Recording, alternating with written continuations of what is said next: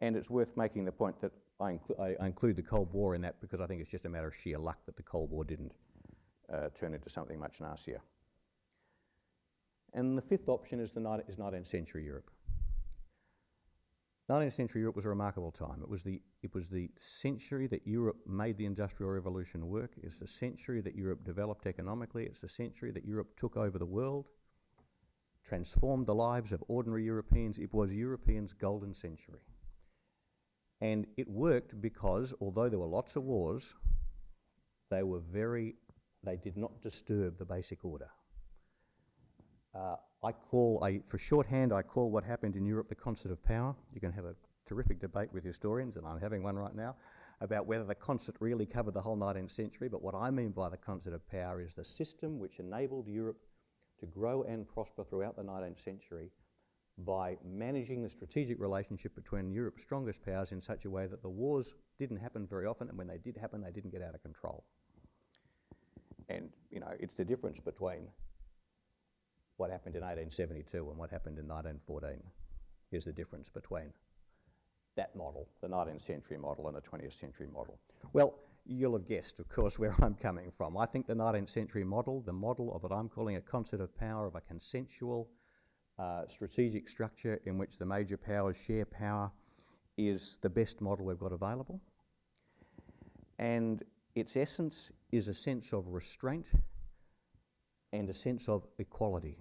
That is, recognition of by each major power that whatever their differences, and however much they might differ on particular issues, and they differed enormously on particular issues, that there was nothing inherently illegitimate about the interests of the other guys, that what you had to do was to say, okay, we're differing on this, let's negotiate, let's trade. It was in a sense, as you might expect in the 19th century, it was a very mercantile model. It was a model where you trade interests with people with whom you regard as being in good standing. And of course, to keep that running, it does require a great deal of trust and a great deal of respect and a great deal of restraint on all sides. And if you want to, the hero of 19th century European diplomacy is Bismarck, precisely because it was Bismarck's immense sense of restraint, having built this phenomenal power in the heart of Europe, which managed to nonetheless keep the whole show on the road. So, for any Bismarcks out there, would they please step forward? I think actually history might judge that Deng Xiaoping had a lot of the Bismarck about him. Great sense of moderation in what he attempted to do. And he seems to have imbued his successors with that. The question is whether they imbue their successors with that, and so on. Well, so what I'm suggesting, this is where the policy bit comes in, is that it would be in Australia's interests for Asia to evolve a strategic system in which the United States and China shared power. This is a very revolutionary position for someone in my line of work to do, because Australian strategic policy, you might say since 1788, has been based on the proposition that the necessary and sufficient condition for our security has been the domination of the Western Pacific by an Anglo-Saxon power.